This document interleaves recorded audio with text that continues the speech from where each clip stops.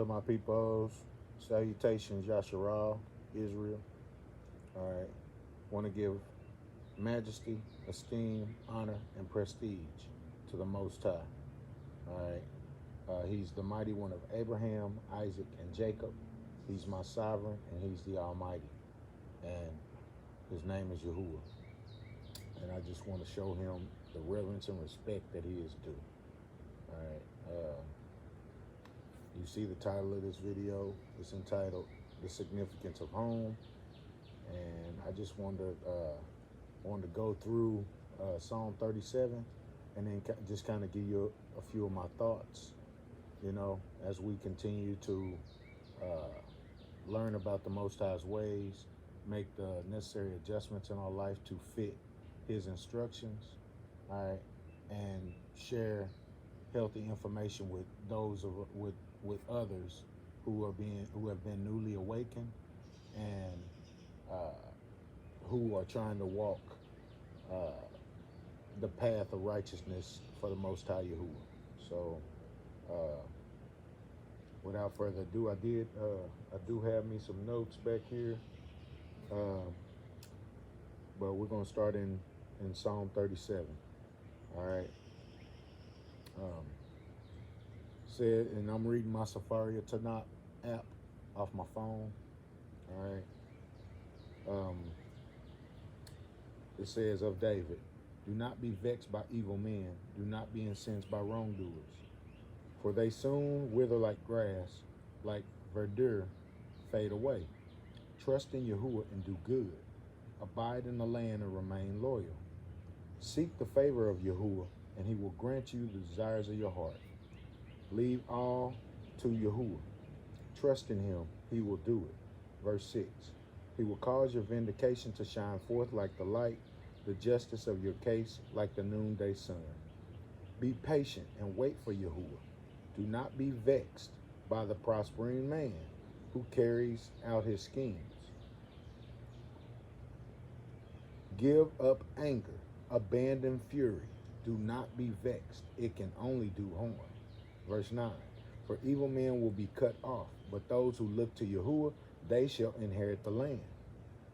A little longer, and there will be no wicked man. You will look at where he was, he will be gone. But the lowly shall inherit the land, and delight in abundant well-being.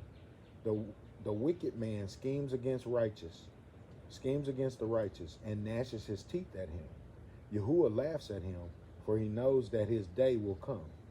The wicked draw their swords, bend their bows to bring down the lowly and needy, to slaughter upright men. Their swords shall pierce their own hearts, and their bows shall be broken. Better the little that the righteous man has than the great abundance of the wicked. For the arms of the wicked shall be broken, but Yahuwah is the support of the righteous." Verse 18. "Yahuwah is concerned for the needs of the blameless. Their portion lasts forever. They shall not come to grief in bad times. In famine they shall eat their fill. But the wicked shall perish, and the enemies of Yahuwah shall be consumed, like meadow grass consumed in smoke. The wicked man borrows and does not repay. The righteous is generous and keeps giving. Those blessed by him shall inherit the land, but those cursed by him shall be cut off. The steps of a man are made firm by Yahuwah when he delights in his way. Though he stumbles, he does not fall down, for Yahuwah gives him support." Verse 25. "I have been young and am now old, but I have never seen a righteous man abandoned, or his children seeking bread. He is always generous and lends, and his children are held blessed." 27. "Shun evil and good, and you shall abide forever. For Yahuwah loves what is right. He does not abandon his faithful ones. They are preserved forever, while the children of the wicked will be cut off. The righteous shall inherit the land and abide forever in it." Verse 30. "The mouth of the righteous utters wisdom, and his tongue speaks what is right.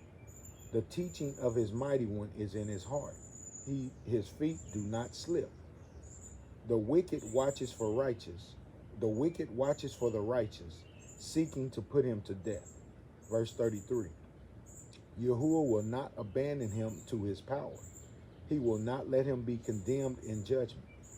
Look to Yahuwah and keep his way, and he will raise you high that you may inherit the land. When the wicked are cut off, you shall see it. I saw a wicked man, powerful, well-rooted, like a robust native tree. 36. Suddenly he vanished and was gone. I sought him, but he was not to be found. Mark the blameless. Note the upright. For there is a future for the man of integrity. But transgressors shall be utterly destroyed. The future of the wicked shall be cut off. Verse 39. The deliverance of the righteous comes from Yahuwah, their stronghold in time of trouble. Verse 40. Yahuwah helps them and rescues them from the wicked and delivers them, for they seek refuge in him. All right. And so you heard me read Psalm 37 just now. All right. And when I go through those verses, and as I first read them a while back, I was just enamored to the idea of being mentally, physically, emotionally, and spiritually free from the torment and the oppression and the manipulation and the maliciousness of this land.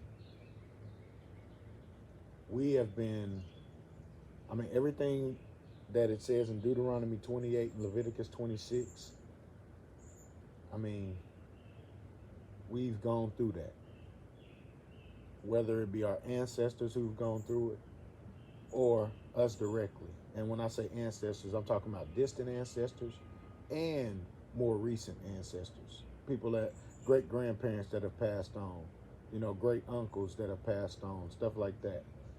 You hear stories of stuff that has happened, and then you hear about tragedies and turmoil and just evil and wickedness that has happened to some of our loved ones that are passed on. But I get in these pockets of thought, you know what I'm saying, where I wish I was free, I desire to be free. And there are times where, I watch sports on purpose just to take my mind off of the day I had, or just to take my mind off the news I saw on, ABC or Fox or whatever. And I was talking to my son yesterday, one of my sons yesterday, and he was telling me how he'll be praying to the Most High one night, at nighttime, and then the next morning he'll wake up and he won't have a care in his mind. And he said it scares him. And I said, son, I said, this earth, where we live, everything happens in balance and layers. All right. One of the ways of balance, is having overwhelming stress one day and then overwhelming joy and happiness another day. I said, but there's a middle to that balance. And I said, you waking up with no stress, you're not happy or sad, that's the center of that balance. I said, be thankful for that. I said, be thankful for carefree moments where you're not overly excited or overly depressed. You know what I'm saying? And so he kind of nodded his head and was like, I never looked at it like that, and that's my son that has seizures. So I told him in times when you're not dealing with the aftermath of a seizure, or you're not in thought or fear of about to have a seizure, when you're in the center of that, where you're not dealing with the aftermath or the prequel, and you don't have a lot of stress, and you don't have any stress, and you're not overly excited about something, or in a just a extremely joyous moment, man, be happy for those times of tranquility. You know what I'm saying? And he took that to heart, and I believe I helped him with a new view of that.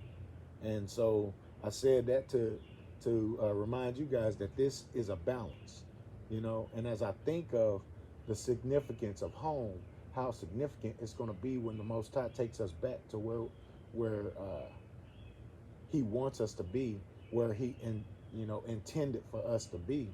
Man, that is just a moment that I truly look forward to. I know I have to do my part to be able to get there, And one of the things that I know I have to do is continue to make adjustments in my life to fit the blueprint that the Most High has laid for His people. Let me go through some of my notes. All right. I wrote down, I often think about this system, this particular system that we live in right now. For me, it's I live here in the United States. Excuse me. And more particularly, I live in Oklahoma. Most, of course, y'all can see by the channel name. But there have been some times I've had difficulty in my emotions, you know what I'm saying, when things don't go my way, or when I can see people blatantly mistreating me or mistreating my wife or children, because of the color of our skin, and I know that there are places out there, like there are like 11 or 13 or 15 towns here in Oklahoma that are supposed to be exclusively black, but they're slowly dying off, and some of them places aren't even safe. We've been destroyed so much, we hate each other in a lot of places, and so I yearn to be around my people, but at the same time, I'm leery at this moment in time of being around my people, because a lot of us still are broken, and a lot of us still are treacherous, and just wrong, and a lot of us are scary. A lot of us, don't care about life like we should. So I look forward to the day of being home, where if somebody does cross a boundary and go past what the Most High has set in place in His instruction, that the consequences can be laid down by us. Here in this modern time, if you take a life, they set up these penitentiaries for those, even if you take a life righteously, but taking steps in the law, you know what I'm saying, for something that was done to you as a just consequence, they're gonna put you in a pen. They're gonna lock you up. You know what I'm saying? Even if it's justified. So I long for the day. That's a significant dream of mine. You know what I'm saying? To one day be back in the land that He established for us. To live with my brethren and my sisters, you know what I'm saying? And to carry out the Most High's original intentions for His people. I think that's going to be beautiful. I think that's going to be wonderful. I hope to see a lot of my family there, but I as I continue to detach from this system and detox from all the things I was brainwashed with, and I'm gonna do a video on Ecclesiastes 1:18, but that's where I'm at right now. The more I learn, the more I see, the more I experience, I have a spot of sadness that's continually in my heart, because I know the majority of the people I know and I care about ain't coming. They're not gonna make it. They're not willing to make the adjustments. The significance of home the significance of us being in our own land, all right, the abundance that comes with being in our land, and the authority that comes with being in our land, most people is not going to adjust to be able to claim that, to be able to walk in that, to be able to allow the Most High to plant you there to receive the bounty and the authority that comes with us being his chosen people in that land he chose for us. I mean, think about it. Think about all the things that's going on now. All the detestable, the things he calls detestable, the things he calls abomination, the things he hates. I mean, in this world, it's okay to shed innocent blood. I mean, you hear about, children being kidnapped all the time, trafficking and all that kind of stuff. You hear about that stuff all the time. Then you got the alphabet, confusion mafia that want to impose their will and make us accept what we know we shouldn't be accepting. I've always said, even when I was a Christian, even when I was in religion, I've always said people can do what they want to do. That don't mean I gotta be a part of it and approve of it, because that falls strictly in line with what the script is saying. People are gonna do what they want to do, but that don't mean we gotta jump on the same train and be on the same bandwagon. We're told to separate ourselves from that stuff. We're told to detach and separate from the world. That's one of the ways that people will know we're different, when we're detached. And I'm in a moment in my life right now where I have some things working in the background where I'm hoping I can fully detach from this system. This system is brutal.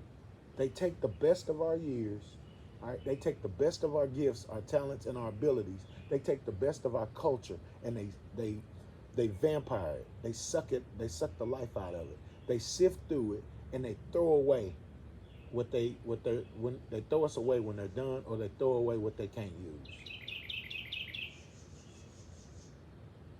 It's awful.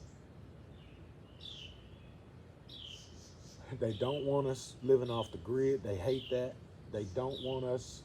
They want us all piled in these cities and these towns. They don't want us living out in the country on our own land. And if you claim to own land in this governmental system, they can come and snatch that stuff up for any other reason. They can say that they found a oil reserve under your land and just take it. They can say they found an endangered species on your land and just take it. Or heck, they could just send operatives in people that have retired from military, and send operatives and just, take you out and, with some kind of device and say you died of natural causes. They can, all kind of lies, evil, and deception going on. That's why I long for the Most High, all right, to restore us and put us back in our land where we can be safe and secure and sound.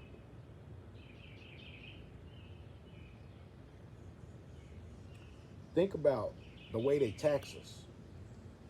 Think about the way they suck the middle class and the lower class, and the rich keep getting richer and the poor keep getting poorer. It's not a metaphor. That's reality. Think about how we're subject to living in middle class or poor class environments, because they restrict us, most of us, on what we can do. And if you are very gifted and talented, let's say you play basketball, or let's say you act, or let's say you sing or rap, or let's say you're very knowledgeable in mathematics and stuff like that, they will put you up on a pedestal, but they will restrict that pedestal. You can't say too much, you can't do too much. You live the way they allow you to live. I'm looking forward to the day of going home, where I can just be on my own land and do what I desire to do, within the autonomy that the Most High set within His instructions for us.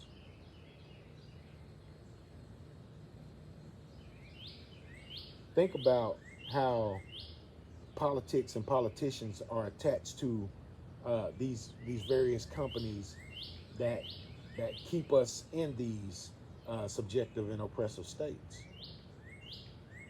The politicians don't care about us. The companies don't care about us. And all the companies are owned by a few billionaires, a few families that run this whole earth. Think about how the banks are tied to all this. Think about how modern medicine is tied to all this. How all these companies are owned by, like I said, the smallest minority of billionaire, trillionaire families. When we go home, we ain't gonna have to worry about none of that stuff. We're going to control the earth, and we're gonna do it in righteousness. What's happening right now? This is not righteous. Yeah, and the nations that the Most High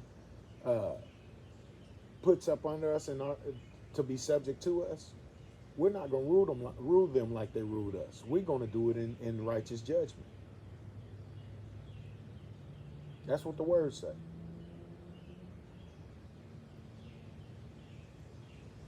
All the politicians are puppets.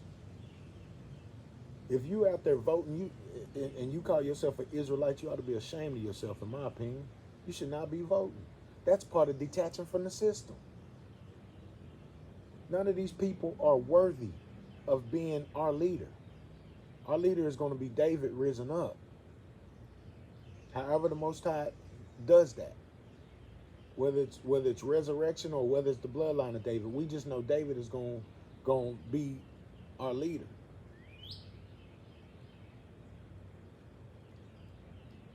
However the Most High wants to do it, I accept it.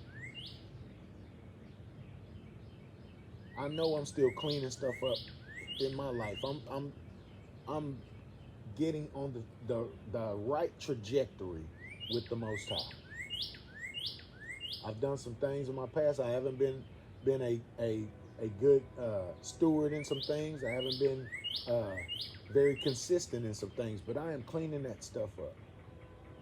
And I'm trying to get off of this system. And mentally, I'm trying to get out of this system. A lot of us take Christianity, I came from a Christian background. Sometimes I have to remind myself, no, that was a New Testament theory. That was a New Testament way of doing things. I have to detox and realign myself with the Most High's ways. The billionaire, trillionaire families that sit at the top, they're nothing but Antichrist. They're the real Antichrist. All the enemies of Yahuwah, they're the Antichrist. Because we're the anointed. And they go against us and they hate us. They want to keep us in oppression so their reign won't end. But that's just the thing. Their reign ends when we turn back to the Most High. When the remnant, all right, the chosen remnant, who he's going to save, when we turn back. Although there's millions of us being awakened, but some of us is not going to receive it.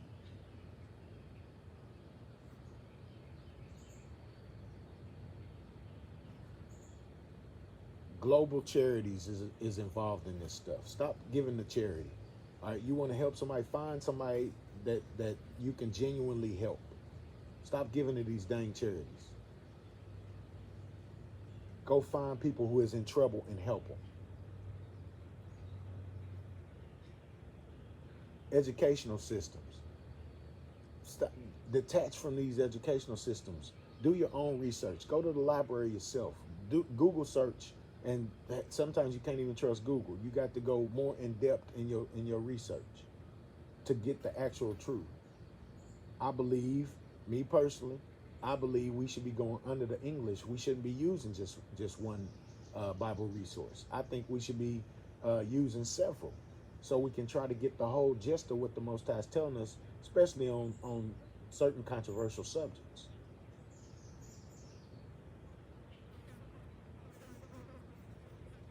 The penitentiary system, that's a money, that's a big money scheme right there.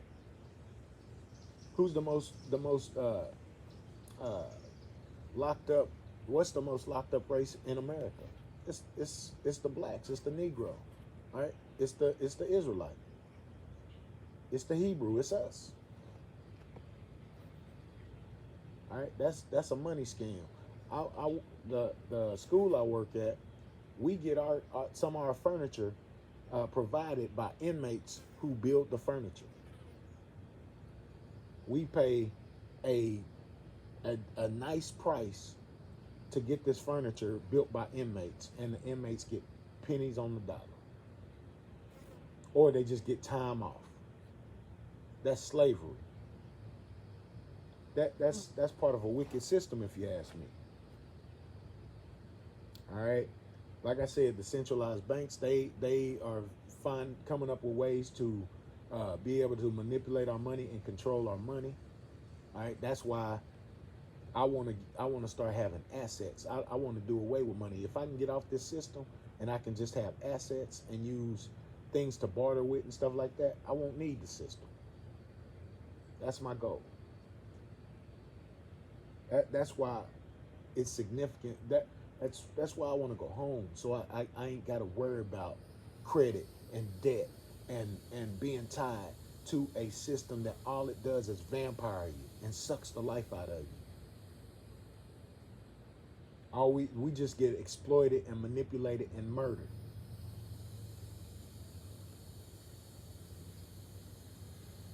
We go through experimentation. They experiment on us. It just wrong, just evil. And then last but not least, and I'm sure I could come up with other things to talk about, but last but not least is religion. Religion is one of the ways they control us too. One of the ways they keep us oppressed and dumbed down. They keep us weak and watered down. Religion is, I think, the biggest problem we have, because the Most High, the number one commandment is to not place anyone in his place, and to not compare him to nobody, and not to equalize anybody to him. And we do that with religion.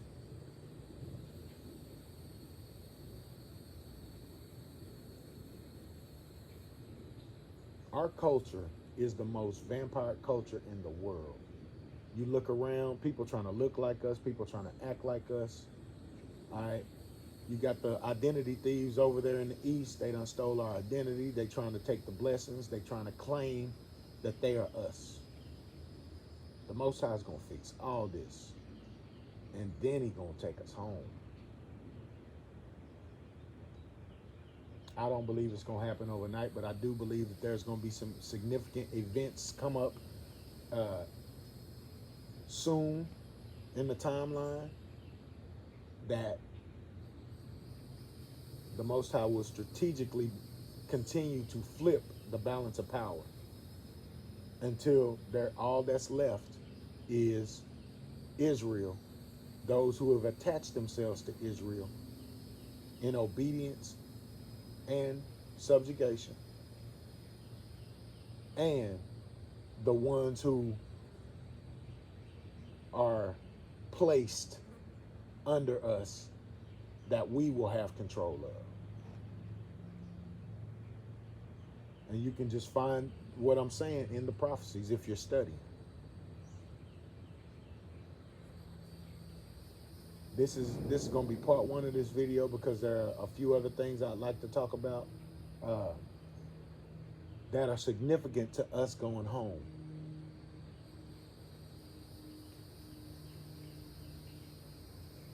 I can imagine what it's going to be like. It's going to be joyful. It's going to be a sigh of relief.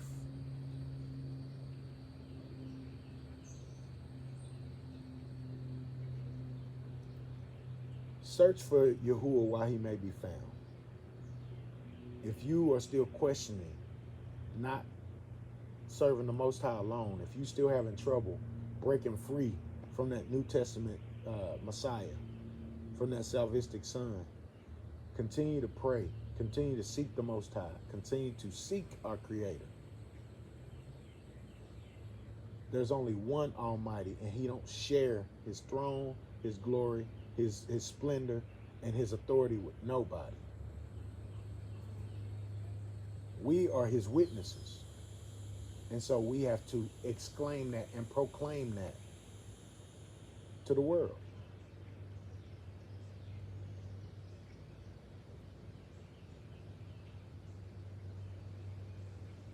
When we leave here, when we come up out of here, whether it be the United States, whether it be down in the Caribbean, whether it be South America, whether it be Canada, whether it be Great Britain, India, Turkey, Australia, wherever we at, wherever we scatter to, when we come out, all right, it's going to be a wonderful thing. And the Most High is going to be able to get all the credit for it. There ain't going to be no salvific son. There ain't going to be no credit going to no Allah, no whatever else other religions call him. The Most High going to be able to get all the credit for it. All right?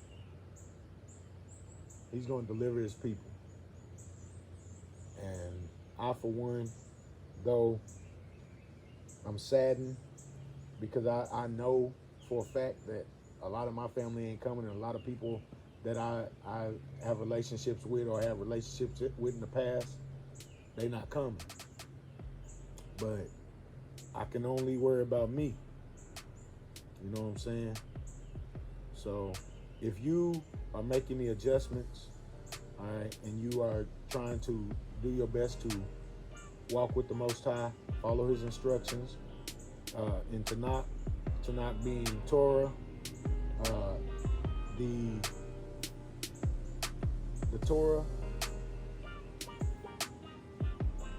the Nevi'im, and the Ketuvim, the teachings, the writings, and the prophets, or the teachings, the prophets, and the writings. All right. If you're doing your best to be in alignment with those things, just continue on that path. All right. Much love, Yasharal. Much love, Israel. All right. I want to share positive information that will help somebody in their walk with our Creator, with the Almighty, with our Sovereign. All right. I call Him Yahuwah, and I'm going to give Him praise, and Him only, Him alone. My times of praising Him with that salvific son are over. I praise Him alone. Only He is worthy. Much love, Israel. You guys have a wonderful day. Shalom and shalom.